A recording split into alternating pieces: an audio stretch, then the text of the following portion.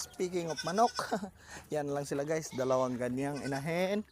Tapos yung tandang natin na Rhode Island, ayun. Yan, mga sisiw na mga payat, hindi natin binenta guys. So yan yung pangalawa. Hindi natin sila binenta kasi mga payat.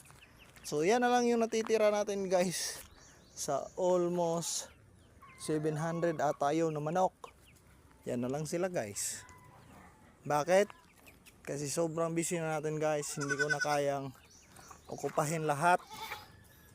Kasi yung utol ko ay umalis. So hindi ko ma-manage lahat guys. So yan, pagdesisyon na namin na ibenta lahat.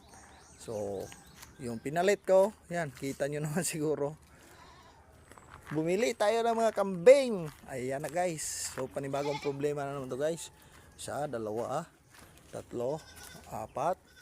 Sana yung isa? Yun, 5. Anak yun guys. Kasama na yun pagbili natin. Ito yung isa guys. Yan o. Ayan. So 5 kambing. Pang-anim yung baby goat.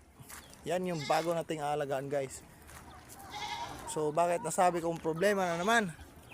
Problema na naman kasi padalos-dalos tayong bumili.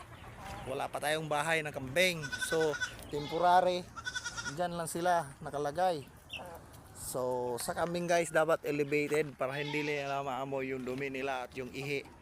Kung saan ito ay nagsasanhi ng pneumonia ata. So beginners pa tayo sa pagkakambing. So correct me if I'm wrong. So yun. Ang next project natin, gagawa tayo ng bahay ng kambing. Kasi bumili tayo ng kambing. So ganito lang mga kadbensoy. Dadagdag na naman tayo ng trabaho nito. Paalam.